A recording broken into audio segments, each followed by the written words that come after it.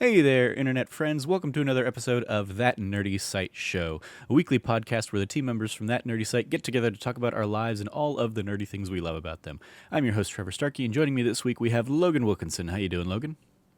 I'm doing good. I'm continuously baffled by the streaming decisions of the James Bond franchise, but otherwise, I'm very good. Yeah, we spent a good probably 10 minutes trying to discuss and Nail down and identify where Bond movies are streamable and viewable before we hit go live on the record.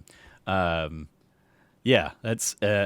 It's a mess. I don't even remember how we got onto James Bond. It's more complicated than I thought it was, even, and I thought it was pretty complicated. We got onto it because I had mentioned we did Robin Hood for Disney Plus this week, and I had mentioned on that episode that that's probably one of the oldest movies I've watched, really.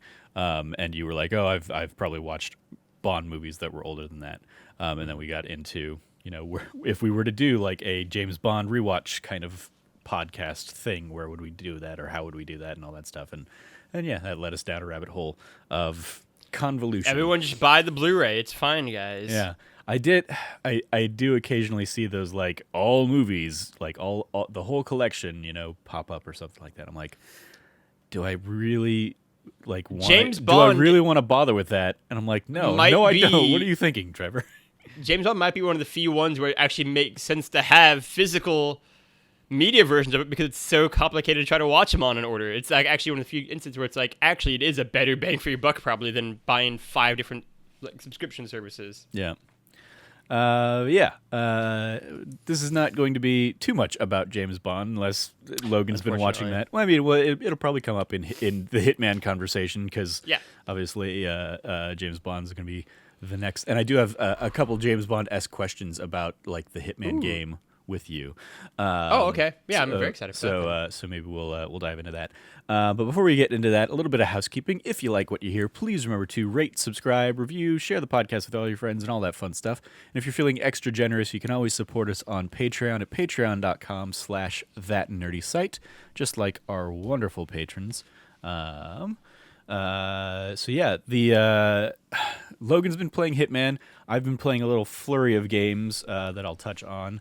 My games are going to include Yakuza 0, Cyber Shadow, Maneater, Control, and Floppy Nights. I should finally just play Maneater. I still want to do it. So we will hop into that. But yeah, let's kick it off with you, Logan. Where are you at in your Hitman journey at this point?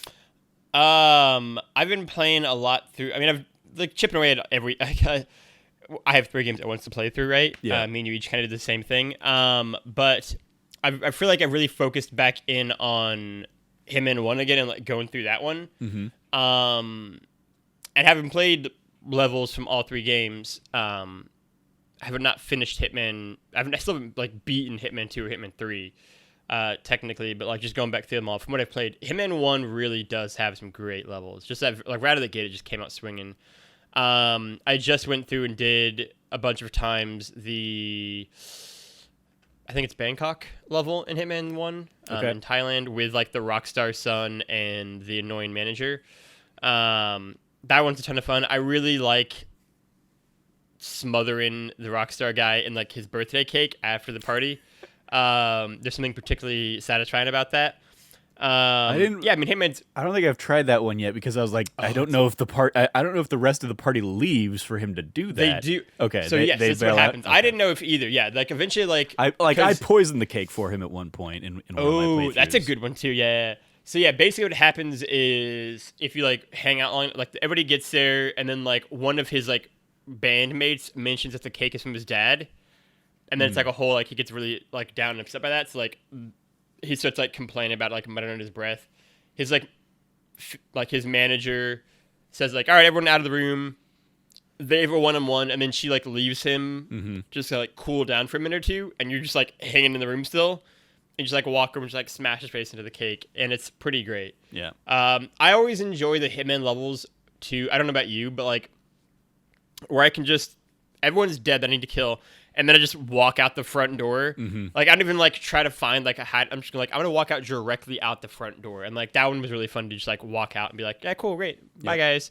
So that was really good. I mean, Hitman's great. It is. it is that thing for me of, I think, playing through Hitman 1 and for the first time 2 and 3 right now, how much I really am trying to do, like, as good of runs as possible. And again, like, shit always kind of goes off the handle anyway, but, like, each level I'm playing through is take me easily, like, 40 minutes to, like, an hour, because I'm just trying to, like, not screw up. It's something being, like, so meticulous with the timing. It's so good though. Like these games, even from the jump, Hitman 1 to Hitman 2 to Hitman 3, like it's nice to like kind of hop in and out of levels like I'm doing with the 3 games and like seeing how the series has kind of like grown and evolved certain aspects of it and how like the other things have kind of gotten dropped or tweaked or whatever. They're just great games. I'm super excited to see what they do obviously with a James Bond like title. Particularly with like the news that it's going to be like none of the film actors are going to be like main person. But yeah, I mean, it is. Yeah. Hitman's great. Yeah. So the question I was going to ask you on that front is twofold. Who would you want to see as the video game James Bond? Like what actor, probably more likely in the game space, would you want to see kind of playing that role? Or would you want like an unknown kind of thing? And then who... Like, what actor would you want to see playing the villain of Bond? That's a true question. So who do I want to be James Bond? I mean, like, I feel like Troy Baker is not necessarily who I want, but, like, who I think will probably get a ring for some sort of role in the thing. Mm-hmm. If it was, like, 5 years ago, Nolan North would be in there. And Nolan North doesn't do a terrible British accent by any means. I mean, he's the Penguin in the Arkham games. Yep. Actually, I guess let's go ahead and just turn it into like a total stunt cast. So like, let's also talk about like Q and M and maybe even Moneypenny. Okay, yeah. So for some of the other ones, I'm gonna branch outside of games. For games, I've talked about this before, and he also nominated himself on Twitter. I don't know if you saw Rahul Kohli. Like, I would love to see him. Take on the role. Like, I would love to see him just be James Bond in general on film. Yeah. That will never happen, most likely, but I would love to see him do, like, the voice acting work on that character. I think he has such, like, charm to him. I think he could do a really cool, like, new take on the character. And and this is, like, such a big point for me, I think he would have fun with the role, right? Mm-hmm. Like, I like some of Daniel Craig's Bond movies. Some of them I think are like actually like brilliant films. Like I think Skyfall is a masterpiece. And then I think some of them are really not that great at all. Spectre in particular I think is terrible. But I think throughout the whole series, I don't think you could say in any of his films other than Casino Royale, the very first one, is he having like fun with it? Is it a fun Bond? After that, like, you know, spoiler alert for a 14-year-old movie, Vesper dies and he gets really sad. I want a fun Bond again, right? Like, I don't need it to be Roger Moore-esque, where, like, it's almost like a campy, like, comedy kind of thing. But I do want someone who, like, enjoys the role a little bit, like Pierce Brosnan kind of thing. And so I think that could be super exciting. I think Rahul definitely has that kind of, I think, excitement to him and energy to him and vibe to him.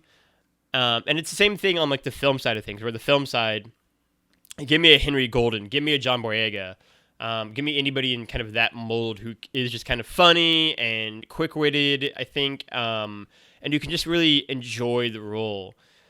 In terms of, like, the rest of the cast, though, oh, man, like, for a Bond villain, I think that's potentially where you could get Troy Baker in the video game. He's great in general. He's a very talented actor, obviously, but I think he could really just kind of get on some, like, a nice, like, chew on some scenes in that role. Some nice villainous monologues like he does in Pagan Min in Far Cry 4. Moneypenny. Moneypenny's an interesting one. I actually love the Bond film Moneypenny a lot. So I wouldn't hate if she did it. I don't think they'll do that route. So in terms of like the video game industry, I think what they could do that's really interesting, either as Moneypenny or as like, you know, the Bond love interest, is if they got like something involving Ashley Birch. I think she could really do something fun with that role. And again, whether it's as Moneypenny, who they've made much more like as a like in the field agent in the Daniel Craig era. Yeah.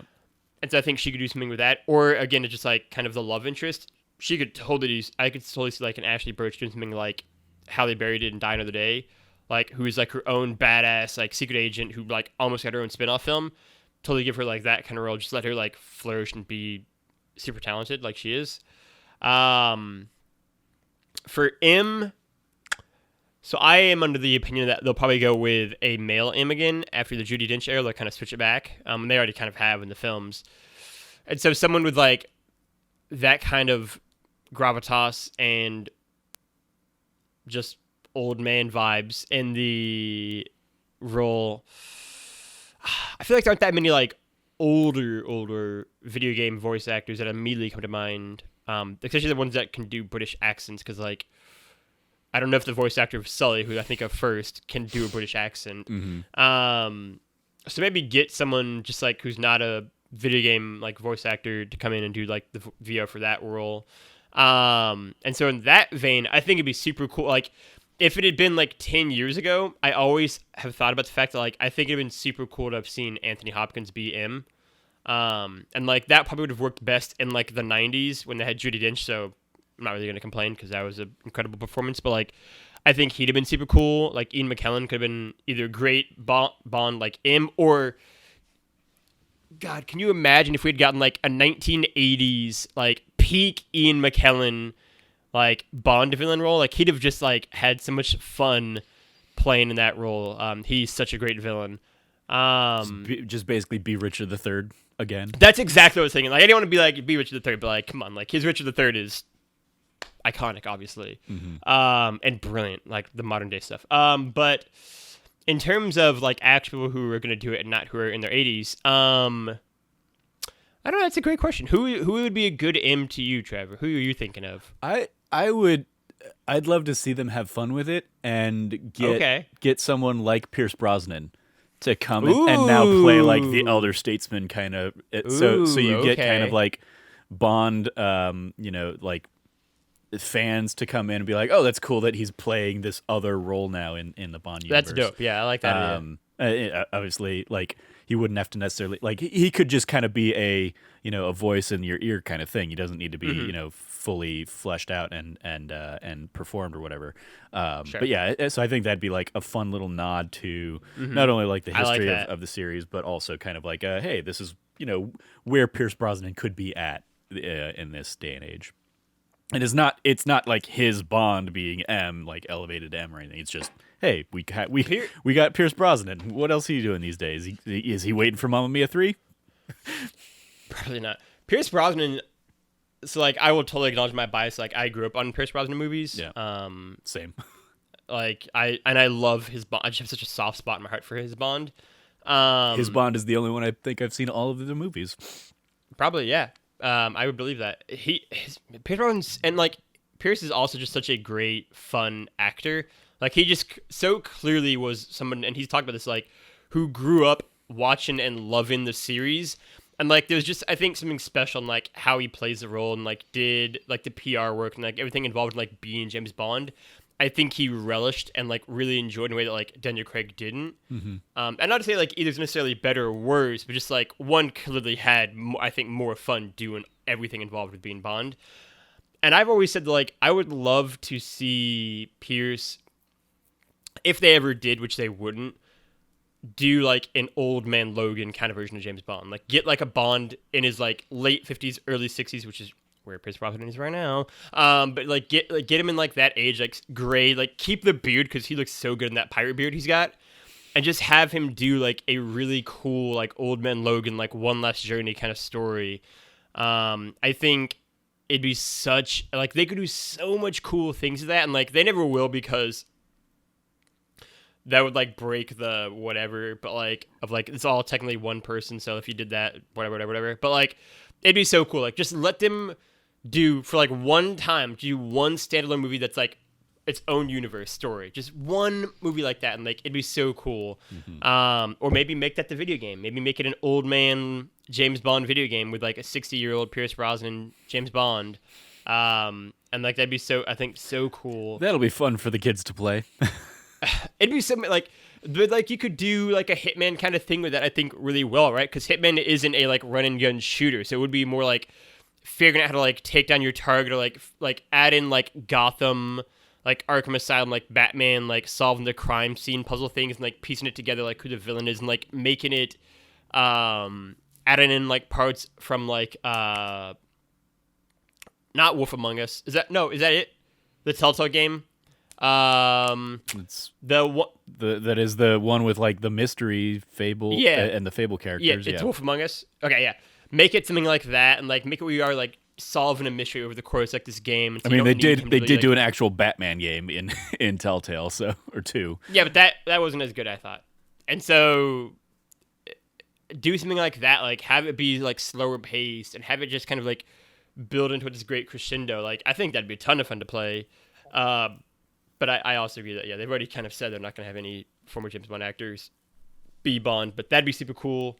I would just love to tell that kind of story. Like, what does James Bond look like when he's 60? Right? Like, I think in a similar vein of, like, what does an older Logan look like? I think what an older Bond or an older Batman, right? And we've gotten really great old man Batman stories, and I think old man James Bond could be really interesting as well. Speaking of Telltale, what do you think about Dave Fennoy as an M? Ooh, that's great. Yeah, let's do it. There's your older actor with the gravitas voice. So yeah, it seems like he kind of nails. That's a great pick. Nails the money right there. Anybody for Q? Q is the one that I think there's such a broad range. You just need someone who like. They should definitely keep the Daniel Craig like fun, young, quippy Q. Ben Whishaw is great just in the films, but I mean, maybe that's where you can get someone. Maybe they can like invert that role too. So like maybe get like Ashley Johnson, to kind of do what she did in like Blind Spot, I believe. And like do that kind of like quirky, kind of goofy, like lab assistant kind of person she is in that role. Mm-hmm. Do it on this because I would love. Also, like I really just love Ashley Johnson and want her in more things. But like I think that'd be super fun. Yeah. I think they could do something cool with maybe Ashley Birch there. I really just want Ashley Birch in my video games. Maybe they could do something with, if they don't have him anywhere else, like Troy Baker BQ. Like there's so much fun, or like just someone obviously unknown, extremely talented, for someone to nail just like a really fun, goofy, quippy Q. I think is something that I'm really excited for. To see like that take on that character. Hopefully, I don't just go like boring older like guy just like talking to you. Like make it more fun, make it more interested in that. Mm-hmm.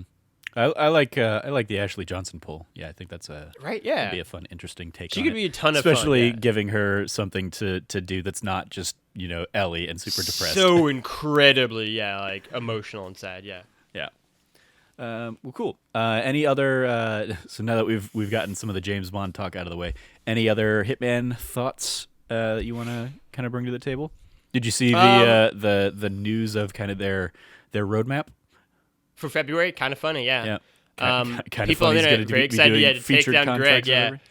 I mean, I'm super excited for that, and like excited for like that nerdy site contracts that we'll eventually do. We should really look into that this week.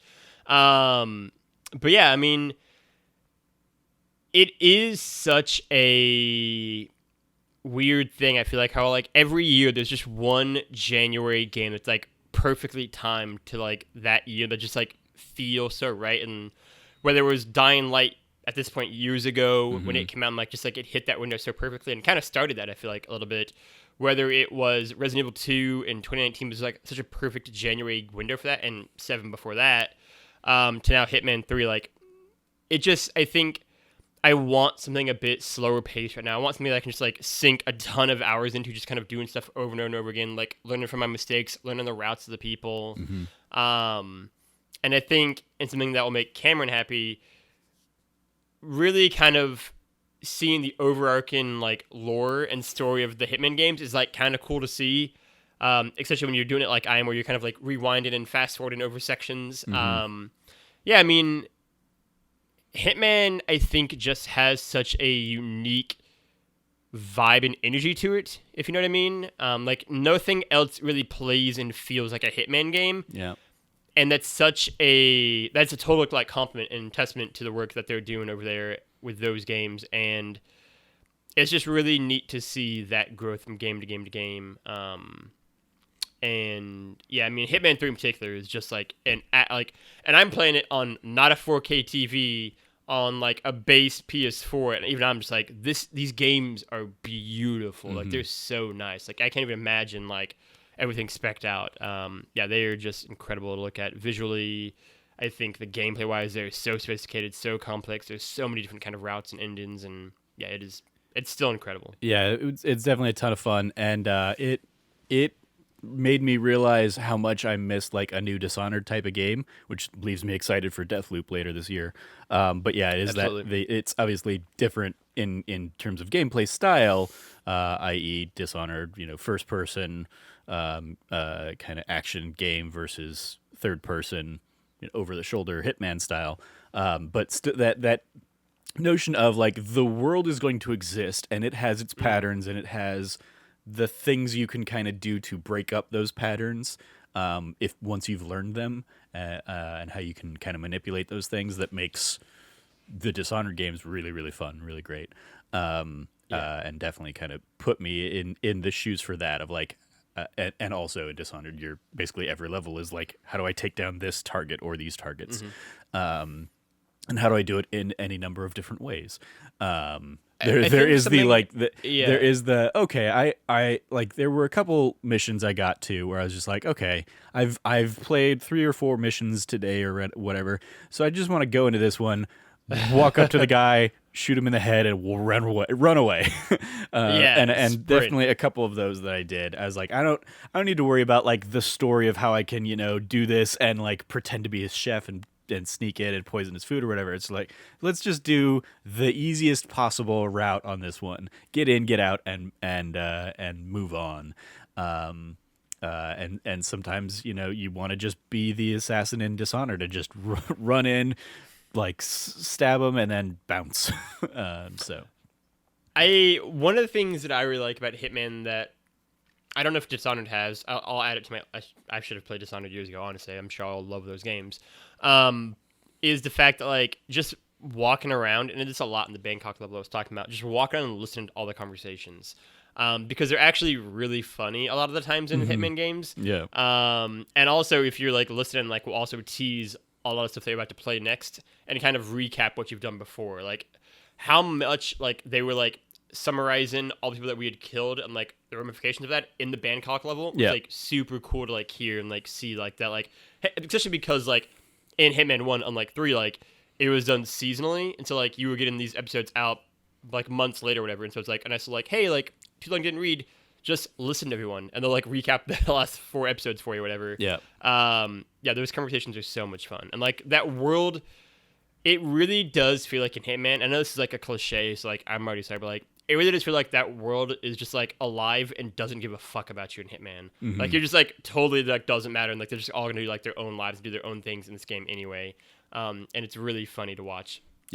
Dishonored definitely has elements like that, especially I think about it more in like the first game where I mean, in both of the games, like the world will change based on your actions, kind of thing, and so people will kind of comment. Usually, like in the next level, somebody will comment on like, "Did you hear what happened to so and so?" or whatever, and it'll be like, "Oh, they went missing," or "Oh, yeah, he got his face branded and cast out of the order," or whatever, depending on how you dispatch them. Definitely, kind of. You can hear some of those conversations. I would say Hitman is probably more like has them more like consistently, but there's also like way more bodies in a Hitman mission than there are in a Dishonored level. Like because Dishonored is a city under plague, so in many levels people are just like locked in their houses conveniently. But yeah, they definitely have definitely share some of that same kind of DNA. I mean, I want to say I saw somebody cannot be. Yeah, somebody was saying like all 3 games are on sale for like $12 right now or something like that. Super crazy deal. And I'll have to figure out what I'm gonna do after Hitman, because February is another slower month in terms of games too, and so just shipping it. I mean, because like that's the thing, like even with Taken, like an hour a level. Mhm. There's still like the first Hitman game I think has like 6 levels in the whole thing. Like it's not, like these games are not that long either. Yeah. And so even with Platinum and everything, I'll need something else, and maybe I'll finally jump around to play in Dishonored 1 and 2, and then we'll have some real conversations, I'm sure, about that. Because I know a few people, one in particular, who are very big Dishonored fans, and they like to talk about it. And so, yeah, but yeah, Hitman's great. Is kind of my something. I mean, it's just, these are really, really, really special games. Yeah, I don't think I really went back to it this week. Maybe I went in and hopped in for like a level or two. I tried a featured contract or something like that. Ooh, yeah, how'd it go? And it was fine. It was like, oh, we've identified other people in the level for you to take out, and here's a a recommended way to do it. You have to kill Sean Bean in one of the ones in Hitman 2, I think. So those are what are those? They're not featured contracts. Those are Like special event things. they're special event things where it's like you get one attempt at this. Yeah. And if you don't get to miss. And they have a couple of those coming up. I know. The featured contracts are like the community made ones, but they get upvoted a ton, or the team at IOI like goes in and picks out some of them. Like one of the ones that I saw kind of going around the in the first couple weeks was one called The Butler Did It, and it was basically like go into Dartmoor, and instead of killing like the main target, you're tasked with like killing just random house staff kind of from throughout the house. So you have to figure out, okay, how do I get up to the third level? How do I get to the second level and to take out, those people or whatever? But you don't have to worry about like the main story or whatever that's going on in that level. So it's that kind of stuff. I did find out while we were recording last week that Kind of Funny did attempt at least my contract, but I haven't been able to go back and watch it because they took the Twitch VOD down. So maybe I need to reach out to Roger and be like, hey, can I get a copy of that? of you guys trying to play that or whatever? Or what are you gonna? Why'd the Twitch VOD go down? They've been Kind of Funny's been a lot more since they're streaming a lot more regularly these days. They're taking them down and editing and uploading them because of all of Twitch's like copyright stuff. They don't want to keep anything up on Twitch too long for risk of getting a strike or something like that. So I'm pretty sure that's why.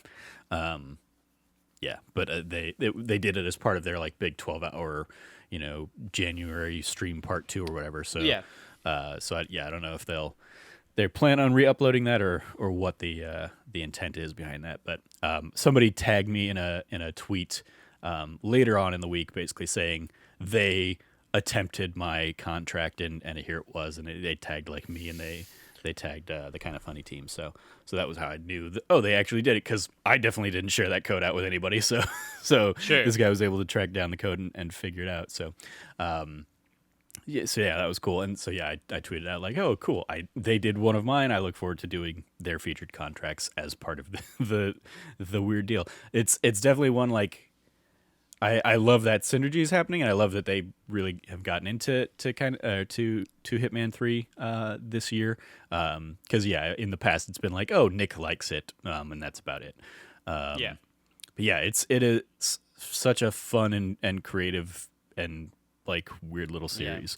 That I'm glad I finally spent some time with and put into. Like it's like, I mean, we'll see where the rest of the year plays out, but I'm like, this could easily. I can easily see Hitman 3 in my top 10 at the end of the year. Oh, it'll for sure be my top 10. Yeah, I mean, it is. I've had so much fun with it. Yeah. So let us bounce over to me and the little flurry of games I've been playing. So up first, I finished Yakuza 0, which is my third game in the series. I played Kiwami 1, I played Kiwami 2, and then I was like, people were like, oh, you should hop into Yakuza 0 next because it's a lot of those same characters. And I was like, okay, I'll do that before I get too much further in like Kiryu's timeline. Let's go back to the 80s and play this prequel. And it was interesting. Like my biggest takeaway from it that I was thinking of was, so Yakuza 0, for those that don't know, is like you basically split your focus. Half the game you're playing is Kiryu. It's basically like you play a couple of chapters as Kiryu, then you play a couple of chapters as Majima in Sotenbori, which is like the location introduced in Yakuza 2. And Kiryu's playing in Kamurocho, and Majima's playing in Sotenburi for reasons that get kind of doled out throughout the episodes. It's basically like you play 2 chapters as each character and kind of switch off. And finally they come together in like the last chapter, and they don't even really come together, but like you play a chapter that bounces within a chapter between those 2 characters. And it felt very much like, well, they didn't have a full story for either of these characters, so let's make half a game for each of them and then figure out how to dovetail them together. Because I would say for like 90% of the game, it's just like they're doing their own thing, and there's like one story element really that ties the 2 together that starts getting peppered in around maybe halfway through the game, but it's like one line or 2 here or something like that. I mean, it was fun. It was, once again, I got so absorbed by the mini games, as I did in like the first couple, that it took me away. One of the things I really hate, though, and I tweeted this out, are the rhythm mini games in the Yakuza series, notably the karaoke across the 3 games I've played so far, but also in Yakuza 0, the disco dancing are the worst rhythm games I've ever played. The worst rhythm mini games I've ever played in a game.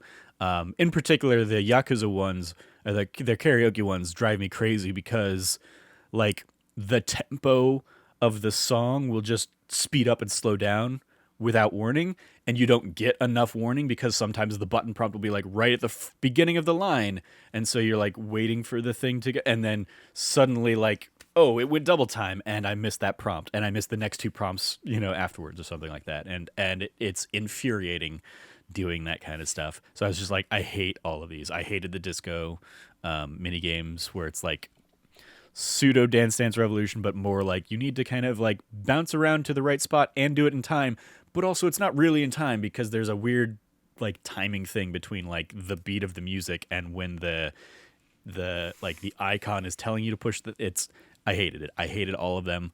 So anytime like one of the side missions, like the cabaret, is like, hey, we're gonna go out on dates with the characters, and it's like, hey, we're gonna go play darts. Okay, darts, fine, whatever. I can do darts.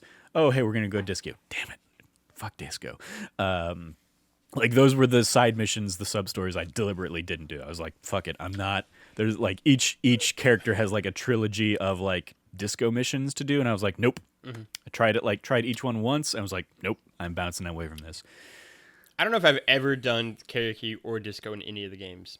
I also like admittedly will be like, I'll play a few of the mini games and like I don't get too into them because like it's overwhelming. I'm just gonna kind of do the story and tinker around a little bit, but like there was one in Kiwami 2 where like one of the sub stories was like you bump into a guy on the street and he's like, oh, help me out. I'm like, and basically you have to stand in for him in Mahjong. And I was like, I have no idea how to play Mahjong. And so like the first time I did, I was like, I don't know what the fuck I'm doing. And so like, I basically like quit out and like just didn't do that sub story. And then I got like, the Kiwami games at least, they'll give you like power up items that'll be like, hey, this is going to give you like basically a free win in some of these games. And so fortunately, like when I went back and did that story later, I had that tile or whatever that just gave me an automatic Mahjong win. And I was like, yes, I will. I want to use it. Fine, cool. And then but in Yakuza 0, there was like a whole, like a sub story where it was like, hey, come play Mahjong. And I even like sat down and like tried to learn kind of the rules, and it was like 20 pages of like rules, and I was like, never mind, nope, I'm not doing this. It's the same. I'm not gonna learn Mahjong just to play it in a mini game. And I feel bad because like I've had so many people like explain it to me, and I'm just like, I just don't. I'm like, it's like a whole plot point in Crazy Rich Asians. Like it's like a big like I'm just like, I don't know what she did. I still have no idea how, like I don't get it. I remember reading after like the day after I went and saw Crazy Rich Asians, I was fascinated by that scene, because even though I didn't know what was going on, I knew that it was playing in so well with the back and forth that those 2 characters were having and the stakes they were having. And so like I read here's what's really going on in that Mahjong scene kind of thing. Like some site had written it up, and they kind of go into, the power moves that each of them are making within the game. and how they accentuate really what's going on. So like what I loved about that movie is that like That's I cool. didn't need to know what was going on. I got all of that from the conversation and how it was shot and all that stuff. Like it was all apparent to me, even not knowing how to play Mahjong. Like my at the end of the day, I feel like it's close enough to Gin Rummy that I could probably figure it out but even Gin Rummy, like I have to like refresh my memory. Yeah, Gin Rummy, I'm so rusty on. Yeah, like I haven't played that in like 15 years probably at this point or something like Canasta, that. So that's my grandma played. yeah, exactly.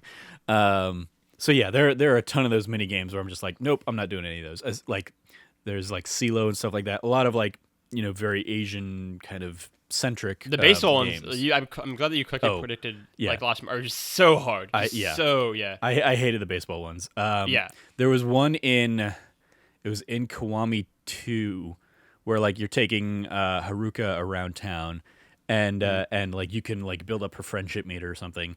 And this wasn't baseball, but it was golf. And it was like, do the bingo version in golf or whatever.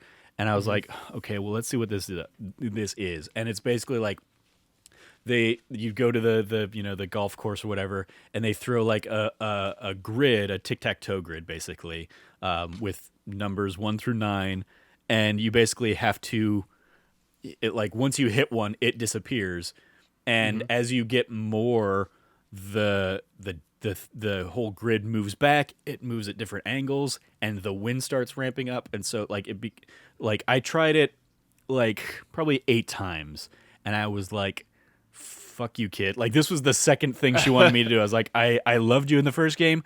I am hating you right now. Like, give me something else to do.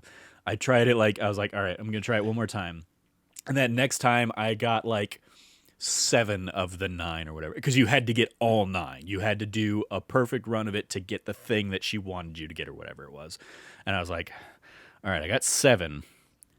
I can do this. And like a couple more times I tried it and finally got it. I was like, fuck it. And then like the very next thing she wanted me to do was something also like egregiously annoying. I was like, fuck it. Nope. Haruka, I'm sorry. Like I'm not going to be your friend in this game. Whatever. I don't care. So yeah, there are some of those mini games that I hate. With Yakuza 0 as a whole, like I very much, as we'll kind of get into with like the rest of the things I've been playing, like playing 3 games back to back to back, I'm a little burnt out on Yakuza at this point. Yeah, that's a lot. It's one of those things. I very much started glossing over the story, especially the fact that it's like in Japanese and subtitles. The reason I watch anime dubbed or whatever is because like I don't have the attention span to just constantly be like reading. If I would rather hop on Twitter or check my phone or something like that. And so we would go into cutscenes, and I would get the gist of what's going on in the scene, but I also was like, what's going on Twitter? What's going on in this space? And then I'm realizing like I have no idea what they've been saying because I'm not reading it on the screen anymore. But I still got like the big enough gists of the overall story.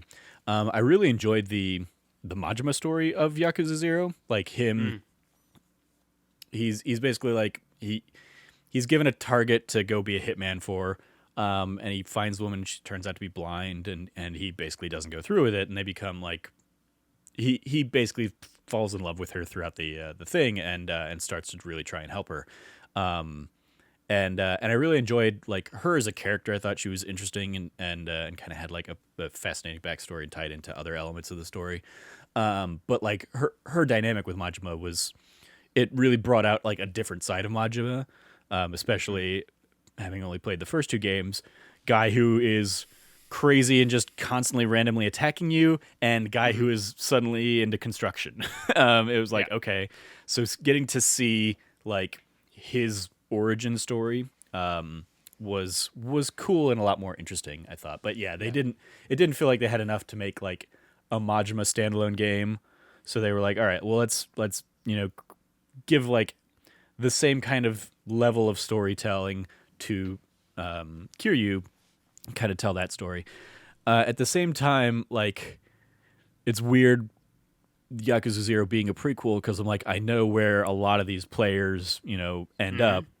and I know based off the first game that if I don't know any of these characters from the first game, they're probably going to die in this one, just because that seems to be how things more or less played out. And for the most part, yep, they kind of do. Yeah. Like a lot of the big ones is like, yep, they are out of the equation. A couple of them, it's like, oh, they go off to prison or something like that, and that's why they're never seen or heard from again. And then like there are a couple others where it's just like, oh, this is like, hey, this is what the bad guy of Yakuza 2 was doing, like in the 80s. Oh, he's like a teenager or whatever. So let's see him in a couple sub stories for fans of the series to be like, oh, hey, it's him. But yeah, it was a fine enough game. I'm ready to kind of take a break from Yakuza for a little bit. I don't know if I'll continue when I come back to it, if I'll continue with 3, or if I'll just say, screw it, I want to just hop in to see what Yakuza 7 was like. That being an RPG really, I think, is one of the most intriguing elements of it, compared to the more action-focused games. Yakuza 0 also switched back to the like multiple combat styles that you kind of have to juggle. Like a dragon, Which I didn't particularly like, especially because like dragon isn't one of them, because you're not the dragon yet. You're not the dragon of Dojima in Yakuza 0 yet. So like you eventually get the dragon powers, but like even there, it's like something you kind of have to like toggle on and off in the menu. It's not one of your like, basically instead of the 4 archetypes that you have like 3 of them that you get like over the course of the game. And then the 4th is like a weapons. It's basically like so you can do like brawler, you can be beast, you can be rush, or you can pull out your weapon. And then once you unlock the dragon ability, you have to like go into the menu and be like enable dragon mode or whatever, and then like you come back out and you'll be you're not the dragon yet, so it calls you legend or something like that. And then Majima has a similar kind of thing where it's like you get his breakdancing fighting skills, you get him as a baseball bat slugger kind of guy, and you get him in kind of like thug mode or whatever, and then you can unlock his like mad dog fighting style or whatever. But yeah, it was an interesting game, interesting series certainly. As I was looking for other things to play, because I picked up the remastered collection, I saw like 3, 4, 5, and then I also bought 6. So I saw like the thumbnails that they have for the next 4 games, and was looking at them. I was like, apart from Kiryu, I don't recognize any of the other characters across the rest of those games. So I'm like, this is my biggest problem with a game that I know is a franchise and is a series like that, is that I need like more than one character to like help thread me through everything, really. Like Uncharted has Nathan Drake and Sully and Elena, and eventually like Chloe and other characters that kind of like come in and out as the story dictates. And I'm sure Yakuza has like some of that, but the fact that so many of those characters are like, hey, they're here for this one game, and then they're either dead because it's the Yakuza lifestyle or whatever, or they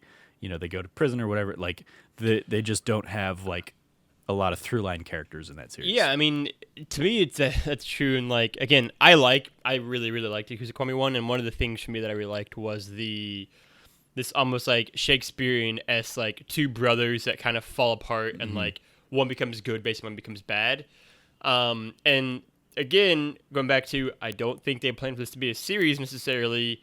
They would have kept the bad brother around for more than just the one game. Like he'd have been like the main bad guy for like the series kind of thing. And then instead of like, well, no, we're gonna get rid of him, and like pretty much the entire rest of the cast. Yeah. We're just gonna like, Yakuza 1 has such a high death rate, it's shocking. And also, so I think I loved it just in Yakuza 0.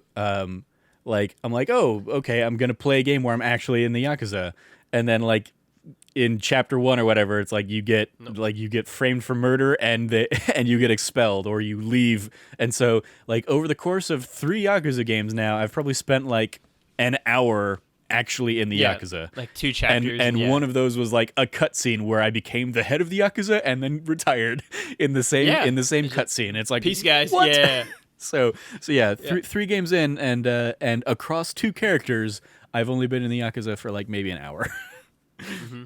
It's pretty great. It is a very weird, funny series, and it's just one where, like, the last thing I'll say is that, like, it's just routinely a series where when I play through the game, it's like every game feels like they're so confident. This is it.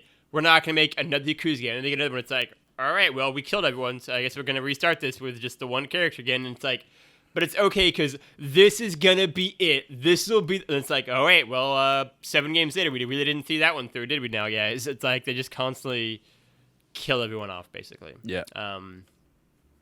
That's supposed to change a little bit with like 5 and 6, but it is very.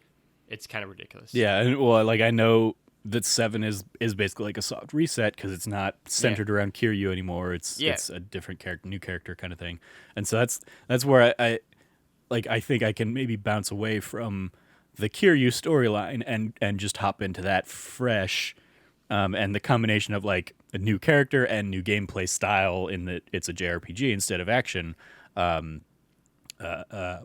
kind of maybe help like reignite an interest there that's a little bit faded or a little bit burnt out right now, but also I'm not like quite ready to do that, especially I think I'll probably wait at this point until the PS5 upgrade comes out next month, I think.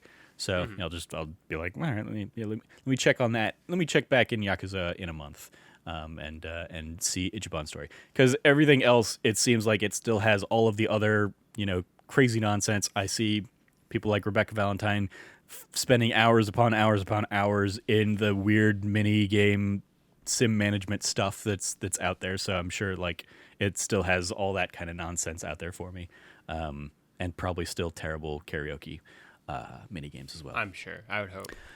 So when I finished that, I was like, all right, what do I want to play? And I hopped back into Cyber Shadow, and didn't like it. It sounds like I hate Cyber Shadow. Like my kind of core essence is fuck Cyber Shadow. This is like I was feeling fine about it, and I got to the point where I've unlocked like all of my abilities, and then I finally saw like on the map like how many more chapters I had to go, and I was like, no, I'm done. I quit out of the game and I deleted it off my Xbox. Hell yeah. Because I had spent 30 or 45 minutes going through like one sliver of a platforming section, just repeatedly. Like, I know what I'm supposed to do, I'm just not doing it with the right timing, or I'm like missing the jump that needs to be like pixel perfect precise or whatever. And I was just getting so furious. And it was a sequence in there. Basically the summation that I was coming up with was, it's like they played the original Nintendo Teenage Mutant Ninja Turtles game and were like, but what if we made the levels all like the underwater seaweed level? Hell yeah. Where it's absolutely. There's almost no path. People love that level. Exactly. And so I became so infuriated with it. And it's like, the combat's fine, it's whatever. Well, no, actually the combat sucks because of the controls. Like, it is built as if it's being played on a 2-button controller, whereas like a lot of the powers you have could be mapped to different buttons, and they would like, I would like it so much better. The number of times I tried to throw a shuriken and couldn't remember if it was like up an attack or like left an attack or right an attack or whatever, and no matter what I would do, it wouldn't do what I wanted it to do. I was getting so furious with that kind of stuff, and so yeah, I just like, and the last power I unlocked was like oh, you can tap in a direction twice to dash, and sometimes that worked and sometimes it didn't. It was like wildly inconsistent on like the timing of it, because if I hit it too soon, didn't do it. If I hit it too slow, didn't work. Like it had to be so precise in like how the timing needed to work out. And when like that comes into play in some like very deliberate, like, oh, you kind of have to do this sequence perfectly, or you're going to die because you're going to get left behind and something's going to kill you or something like that. Or if you don't do it perfectly, you're not going to be moving fast enough to jump over the spikes that you need to jump over. So like, oh, but you've already jumped. And so like, oh, you realize midair that you're going too slow and just boom, you die. And back to 3 screens ago, where you have to now go through like a whole bunch of that shit all over again. I got to the point where it's like, oh, you're on chapter 7 and there's like 13 chapters. I was like, nope, fuck this. I'm done. Like this isn't like the fact that Yacht Club, while not creating the game, they put their name behind it as the publisher. That means something to me, and it is not a game worthy of the Yacht Club name. Because with Shovel Knight, they took the classic games of the NES, SNES era, and they modernized it and did something interesting with it. Cyber Shadow is just an old ass game, and it doesn't do anything really. In my opinion, like the one thing I was thinking that I could give it is like, well, at least there isn't a game over screen. You just like you don't have like 3 lives and then you're back to the beginning of the game. It's they like the checkpointing, while atrocious, is there. So there's that, I guess. That's like the most modern thing in this game. But yeah, I did not have fun with it. It is not a game for me. I got frustrated enough with it that I was just like, yep, fuck Cyber Shadow. I'm done with it. I'm bouncing. It is a game that I'm sure a ton of people are liking. I see Andy out there really enjoying it. I see a handful of other people on my timeline that like are having a great time with it, but it did not click for me, and I just got frustrated at the point of saying like, nope, I gave it a shot. Even like I'm very glad I didn't put any money in that, like, and that I was able to play it on Game Pass, because if I had like bought it on PlayStation, I would have probably felt more compelled to like stick it out or something like that. But the fact that I can just be like, nope, bounce. This wasn't any money down for me. Just I'm off. I'm done with it. Yeah. So yeah, I bounced away from that. And then I have spent the last 2 days beating and platining 2 games that I'd already beaten and platinumed. Hell yeah! In Maneater and Control. Absolutely. And so yeah, both of those available like on PS5 through the PlayStation Plus. Even though I already also owned both those games. Gotta get a PS5, yeah. So yeah, Maneater I already owned, so I didn't need to like even redeem that one before, because I just have that from buying it and really enjoying it. And so playing it through this time, I was able to just kind of like race through it even more. Like I knew kind of the patterns and whatnot. And the best thing I can say about the PS5 version of it is that it has less load screens than the original. Like, because the game is like an open world game, but it's also like segmented open world in that like, oh, you'll be in one area, and then when you move into another area, it's all on the same map, but like it'll pop into a load screen. And I like the first chunk of this game, I was like, oh, that like I had forgotten about that from the PS4 version.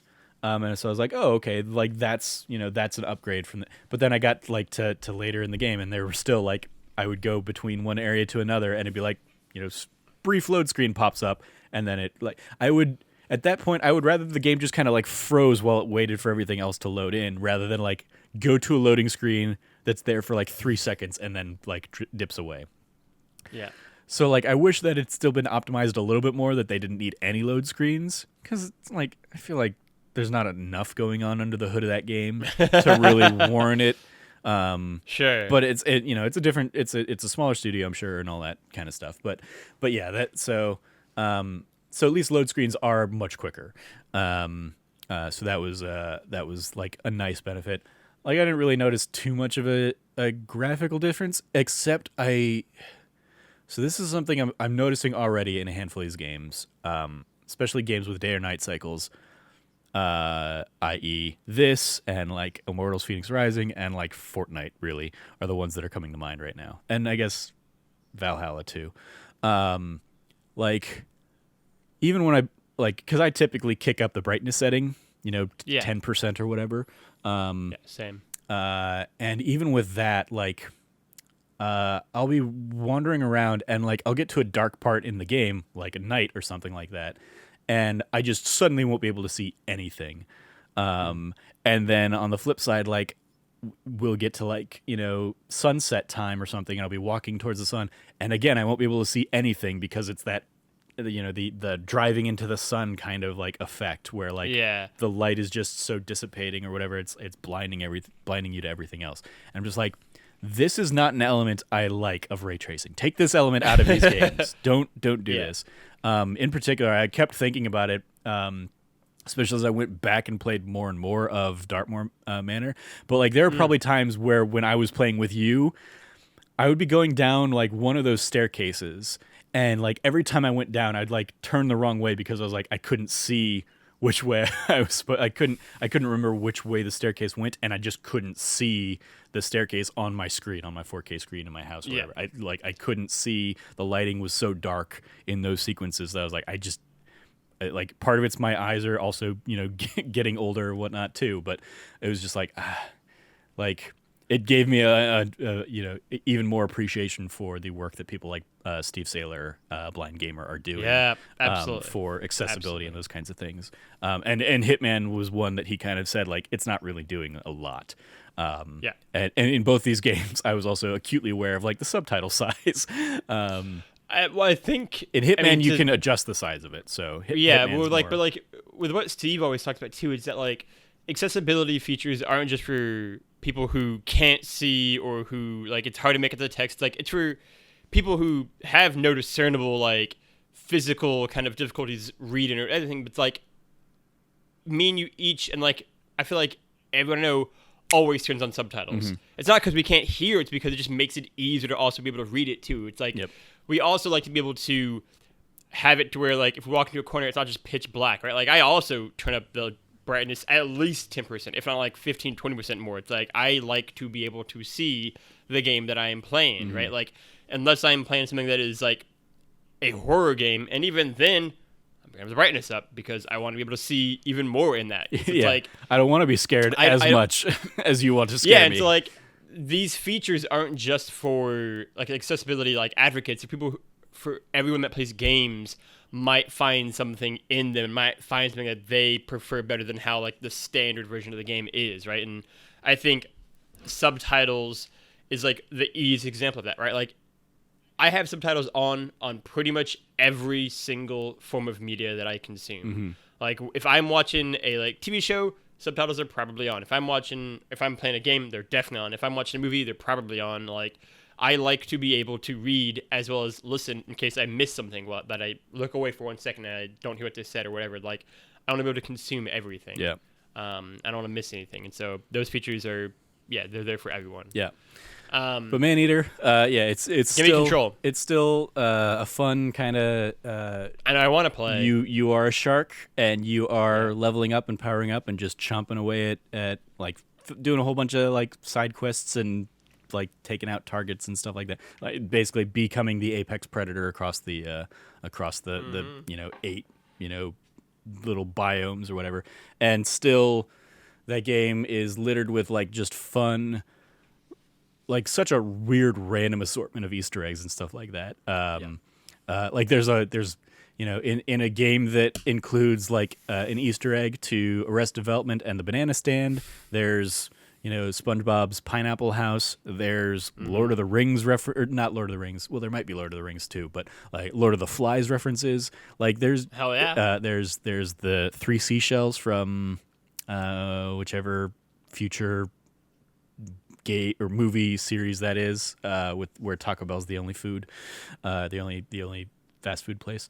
I don't remember the name of it because I've never actually seen it, but I know 3 seashells. So yeah, like, and it's littered with just such weird stuff, and Chris Parnell still has just a great dry delivery as like the documentarian narrator that's kind of overseeing you. So definitely worth it, especially if you were PS Plus member and were able to get the game for free on the PS5 version. But even if not, it's it's fun in PS4. It chugs a little bit more in the PS4 version. And it has the loading screens are a little bit more egregious in the PS4 version, but still a fun game. And then similarly with Control is like I always think back to my first hands-on with Control being at PAX East a couple years ago, and just being like, this game looks horrible. Why would they show it in this That was a state? terrible demo. It Yeah. not only was like the demo just like bad in that it was like it just drops you into like a spot in the area with like no objective or anything like that. But like it chugged like crazy. And anytime like you use the powers and all that stuff, like all the debris effects and stuff were really taxing the old systems. And I like the best thing about playing Control on PS5 is like all of those complaints were gone. So seeing like how far the game has like improved as a result of just like, you know, the generation swap, like I was able like doing the fast travel in some places you fast travel between like 2 points and it's instantaneous.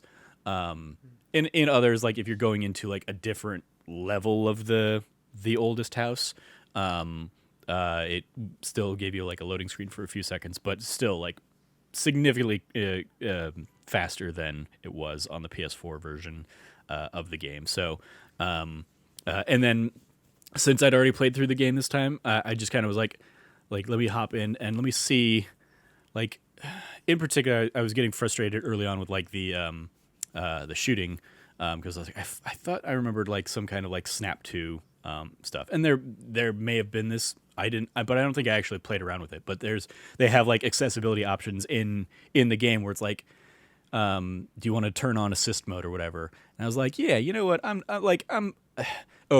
that's what it was. I was just looking for like an easy. Is there like a difficulty setting kind of thing?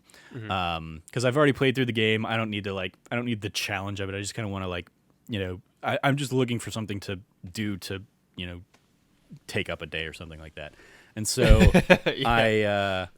I went into the options, and there isn't like a difficulty setting, but there is like assist mode available where you can basically turn it on and you can do like aim assist, like aim will lock onto headshots. So you can do that. You can get like multipliers for like your energy recharge speed, how much health you recover when you pick up health. And you can turn on like, there are a couple boxes where it's like, one is like a checkbox for immortality. And I was like, yes, please.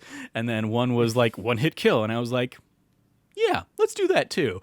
And so like, I'm just plowing through like everything in that game. And I was like, that's a cool little option, especially I played through it, you know, naturally the first time out. Yeah. I'm just looking for something to do for a day, basically, or a day or two. I don't need to experience the wildly convoluted story that's going on here again, or all that stuff. I just kind of want to see how it performs on the PS5, and it performs great. And so yeah, over the course of like I don't know 10 hours or something like that, I got the platinum in that one too. So like I platinumed both Maneater and Control this weekend. And with Control. The PS5 version that's available on PS Plus is like the complete edition.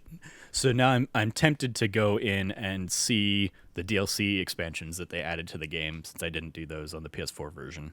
Even though I've never been like an Alan Wake person, I'm tempted to see like what that's about and how that ties into the storyline expansion. So yeah, it was fun hopping in. It was definitely. I saw somebody tweet something to this effect out, and I basically echo it wholeheartedly. Like, I wish this were my introduction to Control, and not the lesser versions that I played, because this is easily the best version. And like, never once did I notice any kind of like chugging or frame rate stuff, even when I am like, you know, ripping things out of the ground as like shield and then blasting them out, and just debris everywhere and enemies, you know, flying everywhere and all that stuff. Never noticed any kind of chugging, whereas like even on the PS4 Pro or whatever, that was pretty taxing on that system. So yeah, Control, real good. Still, I mean, it's still a fun game. It's like, it is a solid third-person action game. It's like, you have to like remind yourself that it's not really a cover shooter, and it is like the game wants you to be constantly switching between using your powers and using the service weapon. And not like ducking and hiding or something like that. It's like stay in motion, constantly be doing something. It's like it's Doom like in that regard, but a little bit obviously significantly slower than Doom. but still fun. Yeah, and I occasionally like turned off the the one hit kill mode just to see like how hard are the enemies in this part of the game or whatever. And I was like, okay, yeah, they're appropriately difficult for like where you think that or where that point in the game kind of was. Yeah. So yeah, but I appreciated, much like I did, and I talked about when I talked about Eichenfell. Like, I love games that give you those kinds of options of like, hey, it's instead of giving you just like an easy mode or easy, normal, difficult. Like, here are options to really customize how you're going to play or how you want to play, and stuff like that. Where it is like, hey, yeah, like you don't have to worry about dying, even though immortality mode does not prevent you from like fall deaths. I found that out. That makes sense. That checks out. You still die pretty easily. But like you can take infinite bullets and your health will drop. It still drops your health, and so you'll still get like the red coming in on the screen or whatever. But you never die from bullets and stuff like that. Also, one of the things I really appreciated this time around, because I had the one hit kill stuff and I wasn't stressed out about it, was I liked the ashtrays maze section of the game way better this time around. That like I won't get into spoilers on it, but I remember people just gushing about how that was like one of the best moments in gaming in 2019, and I had died like in the middle of it when I played through it the first time, which drastically like affected the pacing of that whole sequence. So I did not like it nearly as much as a lot of other people did. And so this time playing through it and being able to just kind of like go through it all in one shot, I was able to appreciate it more. Also, like just not knowing I didn't have to worry about like dying throughout it or whatever. I was able to just kind of like enjoy the combination of the music and the visuals and what the house is doing in that sequence a lot more. So that was my other big takeaway from Control PS5. Did you play Control? I have not played Control yet. I have a list of games that we keep talking about that I'm adding. The other thing that I thought about while we're talking, I don't have like another like big thing to talk about, but I have like two small things I'm just going to run over real quick before we end the podcast here. Sure. The first one is I've been watching Mr. Bean, just like clips on because like I like Mr. Bean. I love Rowan Atkinson. Like I think he's just really funny. Like in general, his live shows in particular, like really like I encourage people to at least watch his live shows. They're very very funny. He's a great performer in that sense. But yeah, unbeknownst to me, Shravya and her entire family are huge Mr. Bean fans, like massive Mr. Bean fans.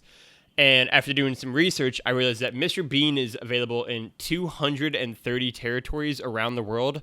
That is way more countries than there are in the world. Obviously, it's just like weird shit as well. It is like one of the most popular characters and shows of all time.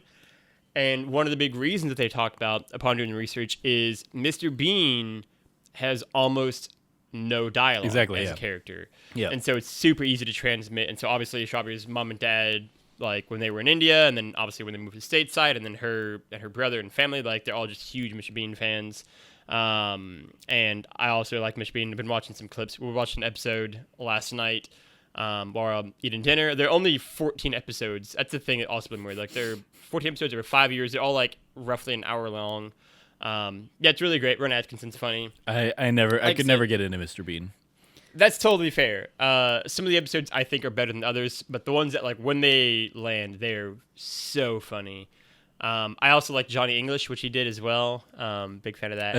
I think really it's Rowan Atkinson. I just never like That's totally fair. I can appreciate, like I've seen like a couple interview clips of him here and there.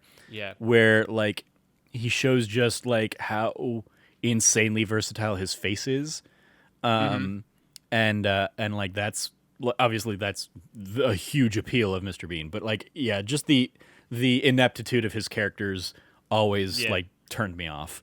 I was like, he's a little bit of a British Jim Carrey in terms of like just like very like physical comedy-esque, and kind of inept figures. Yeah, I'm having a lot of fun with that. The other thing that I want to go shout out actually to Sean White, not from IP, from Two Player Co-op, one of the brothers there, is he shared a tweet that he platinumed Jak and Daxter Precursor Legacy today, and it made me think about the fact that like I really need to go back and play Jak Daxter because I don't have the platinum. I platinumed it like back on the PS2 before they had platinum trophies, obviously. And also reminded me of you doing that, working on your platinum at IP Extra Life 2017. Like we don't talk about it that much, but like I genuinely adore the Jak Daxter series. Like it is one of my favorite video game series. I really, really do love it. Not Jak 2 at all. Like I very much will like talk shit about that game, but like 1 and 3 I really love. I know you don't like 3 as much, but like I love 1 and 3 a lot. And like 1 is such a like that is like it's almost like a perfect platformer for me of like what I want. Like it's just like so like happy go lucky, just like bounce along the game. Like it's just like so much fun. It's got such a charm to it. And it's like also was one of the first video games. I'll never forget this for like my entire life. Like it was one of the first video games where like I was blown away where like each kind of like area of the world you go to, you can like look back and see like actually where you came because you're like on the same like world island thing. And there's a moment where like you beat the final boss of that game and like you're on the little like platform thing and like you can like look back and see literally like all the different like places you've been and including like very far off in the distance like the little hut that you were like you are started from. It's like holy like it's all the same world, it's all the same. And it's like because I'd have been what like 9 when Jak Daxter came out and like it let me tell you what, it blew 9-year-old Logan's fucking mind. I was like oh my god, video games. Little did he know, but yeah, it's that game's got still a special place in my heart. So, and that platinum trophy would maybe take me 15 hours, like 20 hours, like maybe. And so, yeah, I mean that was so I got introduced to Jak and Daxter on the PS3 collection, and that was so yeah I platinumed the PS3 version of Precursor Legacy, and really enjoyed that one, and then went into Jak 2 and having not played it at the in the era that it like came up in, I would like even playing it 10 years after the fact or whatever it was like, oh, it is abundantly apparent that Grand Theft Auto came out, Grand Theft Auto 3 came out in between those two games, and then Jak 2 and Jak 3 just became like, let's make our games more like Grand Theft Auto, and I hate that. I hate them so much because of that. I'm like, I think so. Yeah, we disagree. I really love Jak 3 a lot. I do not like Jak 2 for a lot of reasons you're saying. I think one of the issues for me, too, with Jak 2 is that, like, they went to make it, like, really hella dark and moody and, like, gritty, too. And I think, for me at least, like, they scaled a lot of that back in Jak 3. Like, he wasn't as, like, dark and moody and, like, just so angry as he was in Jak 2. And, like, Jak 3 has one... Like, Jak 3, to me, has a, like, Newhart-esque plot twist at the end, like who the precursors really are is such an amazing like 3-game long twist. Like it's so dumb, but I love it. And I think I really enjoy that aspect as well. Like realizing this whole thing over like 3 games. Who are they? Who are they? Who are these like ancient gods that built the world? And then it's like it gets revealed and it's like so good. It's like such a dumb bit.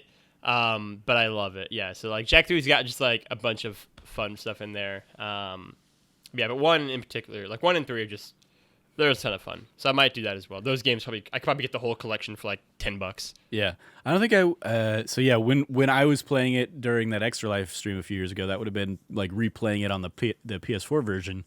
And I don't think I ever finished that. Like I don't think I ever came back to the game probably after that and got the platinum in Precursor Legacy again. Because yeah, I definitely was never going to do the platinums in 2 and 3 because it was like do all the mini games and 100% like everything, and I was like, nope. Those are I don't like most of these mini games, let alone how they like. I wouldn't have liked them in the time. I definitely don't like them now when the controls are janky as f.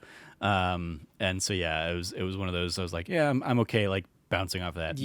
But yeah, like the original one definitely still like, even though it's like 100%ing the game, it is still like ends like Mario 64 levels of like accessible in that like this is something you can do over the course of like a weekend if you're playing a lot, or a week or two, if you're playing in smaller chunks. That'd be a fun weekend. That'd be a fun weekend activity to do for like some sort of stream. I think a little bit like the Arkham games. Arkham Asylum is not my favorite of the Arkham games. Arkham City, I think, is the best Arkham game. But Arkham Asylum was the only one that I would ever even consider getting a platinum in, because the Riddler trophies just become so bullshitty. And in a similar vein, I don't think that Jak and Daxter is like, I wouldn't be like it's automatically the best one in the series. I would probably ultimately still come down as either Jak 1. I do really love Jak 3, so but one of the two. Jak 2 and 3's platinums are total bullshit. They are just total garbage because of what you're saying. Like, I feel like a lot of the times, like, even if it's not the best in the series, the first game is usually the easiest platinum because, like, it's way more simple.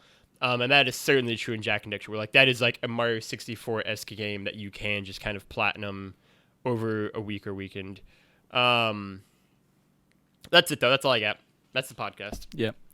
Well, the last one I have is last little thing I want to give some love to is Floppy Nights. This is a game that I played at PAX East last year, and it caught my eye. Like in like the company kind of reached out and was like, "Hey, we saw you're coming as like press. Would you like to come play our game?" And I was like, I looked at the images and stuff and was like, yeah, this looks really cool, actually. And it's basically a tactical strategy game mixed with a card battler. So, like, you have a deck of cards that kind of dictate what moves you can have in a given turn. And you basically have, like, a little grid of characters that you can kind of move around. And you can, if you have the card for, a new enemy and you have the energy to play it, you can basically put down a new character and kind of like build up your army or whatever. It's just a fun little charming game. I put a let's play up for that so you can see kind of me playing through like the first 4 levels of the game, I think. And just having a good time with it. It's fun. It's got like a fun little, humor to it. It's also seemingly like really, accessible, family friendly kind of game. They gave like actual physical cards at PAX. I like that I got. And I basically like was able to track them down and find them. And even it's interesting seeing like what they have on the cards here versus like what these characters are now called in the game because the game is still in development and stuff. So seeing like character names have changed in the year since playing it. But yeah, they released a new demo as part of Steam Game Festival this week, and they kind of had pinged me on it, and so yeah, I checked it out and put together a let's play for it. It was like I had another let's play already ready to go, and was like, Steam Game Festival is basically like during this week's window, so I'll try and like strike while the iron's hot on this thing, and the other one can kind of like push it to next week.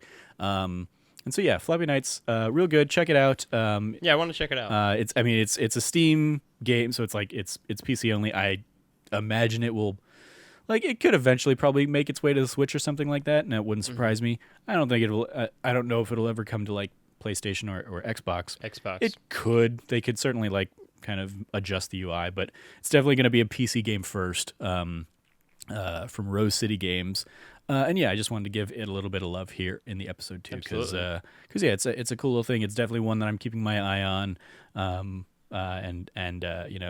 I might eventually stream it or something when it actually comes out, because yeah, it's just a fun little tactical. Yeah, like it is like a cool mix of like styles that I don't typically play. Like I enjoy tactical strategy games, but like I never really touch card mechanics or anything like that. So it's nice, like jumping a little bit outside of my comfort zone for something like that. And it also adds like a sense of kind of chaos and randomness, because it's like, oh, it'd be really cool if I had this card, but I didn't draw that card in this turn, so I'll have to just hope for it next turn, or see how I can, how do I adjust on the fly based on the cards that I do have available to me. So yeah, that's Floppy Nights. So yeah, I think that it will do it for this week's episode.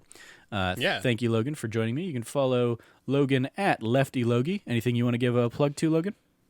I will give a shout out to Trevor's Let's Plays, just all of them across the board. They're real good. I feel like some people will binge Netflix sitcoms. Some people binge, I don't know, film series. I will like. Some people binge Yakuza games.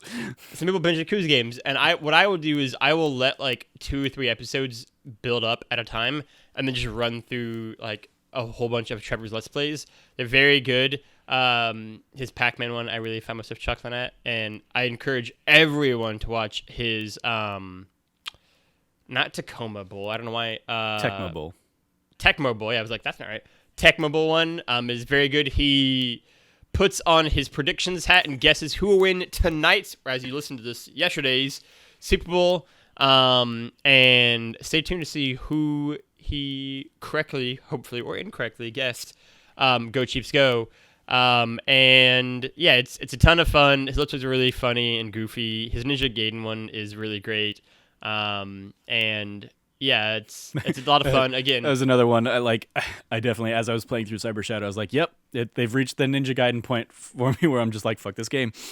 I'm done. It's really like, that's one of my favorite recurring, almost like series gags is like certain games where being like, oh, this holds up really well. I'm having fun with this. And certain games being like, you know what? Fuck this though. How about that? How about I just say fuck it and nah, I'm not playing this for like that long. Yeah. And those are really good. If you have to jump into any one game in particular as a starting point, I will forever love his Donkey Kong and Donkey Kong Jr. videos. They're just absolute classics in my mind. Yeah, there are so many great videos to choose from in that series. Well, thank you. You can follow me at Trevor J. Starkey. I will echo that, but I also give a shout out to this last week's That D Plus show. Cam and I sat down and we brought in some of Logan's thoughts, even though he wasn't able to join us for the episode. But we talked about Robin Hood, the 1973 Disney animated classic, not that app that a whole bunch of people hate right now because they stopped letting people do stocks. Topical. Yeah. Yeah, didn't even plan that. It was I mentioned this in our Slack thread. Like I was literally like, nobody had gotten back to me on what we wanted to do for that week's episode. So I was like, all right, I'm just going to go to a Disney Plus. Like I'm going to type in Disney Plus randomizer because I know like sites have done that for like Netflix and stuff. It's like, hey, there's too much. You're probably overwhelmed by stuff. So let's let us pick something for you to watch. And I clicked a couple things. Like I clicked the randomizer, and like the first one that came up was like Empire Strikes Back. I was like, no, I'm going to save that for like a real episode or whatever. But then like the next one out was Robin Hood, and I was like, I love Robin Hood.